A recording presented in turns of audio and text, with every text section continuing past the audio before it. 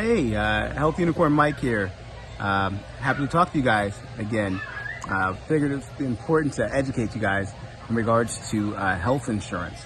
So today I'm going to talk about the best, most affordable health insurance in the USA, right? So people often ask me that. They say, Mike, what is the best? What is the most affordable health insurance in the country?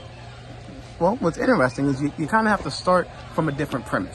So let's start from an understanding premise first and then kind of work our way up, right? So the first thing to understand is that in the United States of America, insurance is going to work differently over 65 than it works under 65, right? So over 65, you're going to be dealing with your Medicare, your Medicaid, your SSI, your SSID, you can have your Medicare supplements, your Medicare Advantage, your Part D, Part A, or Part B, a whole different rigmarole of conversation, right? I can do a video about the over 65 market at some point, but for this video, we're gonna keep it focused on the under 65. So when you're under the age of 65, there are actually only 3 ways to get full coverage in the United States of America. The first option is going to be an employer/group plan.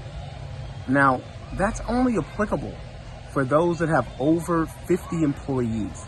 Those options are actually going to be age rated, right? So that means that that's why at your job, the price goes up every year, because those options are age rated, all right? You're going to be dealing with things like high deductible plans in that capacity.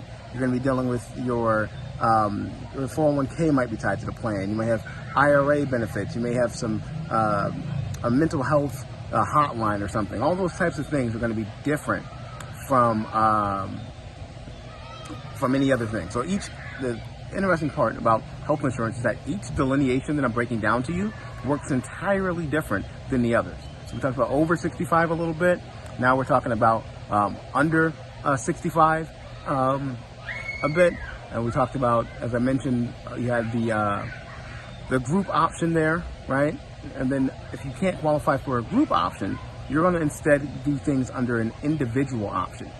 When you do things under the individual options, that means you have under 50 employees, then you're either going to be dealing with a public option or a private option if you want full coverage, right? Now, mind you, there are some other plans out there that I may address in other videos, as far as short-term plans, as far as health share plans, right? Indemnity policies, things of that nature, right?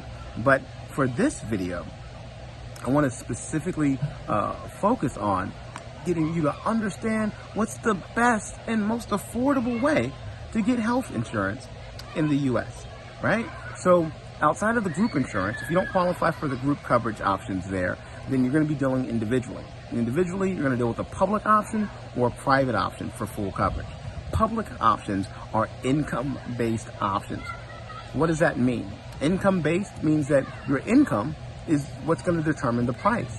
So if your income is higher, you can pay more money than if your income is lower.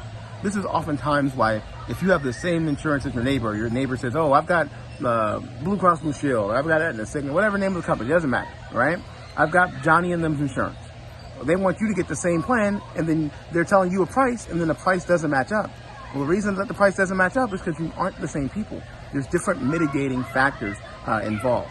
So you're dealing with price, you're dealing with age, you're dealing with gender, you're dealing with zip code, all types of different customizations there, right?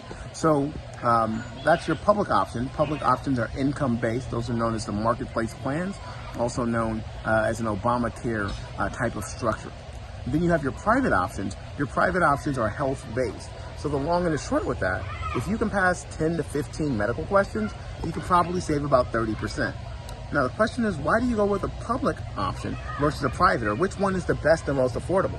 Well, with the private option, it's typically, and this is my humble opinion, having 9 years of experience as an award-winning nationally licensed agent, the private option is typically a lot more palatable if you're able to qualify for it. because it's really a matter of being able to pass 10 to 15 medical questions about your chronic health conditions. They want to make sure that you don't have pre-existing, right?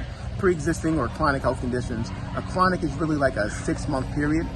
So things that last you 6 months or longer, those are considered chronic conditions.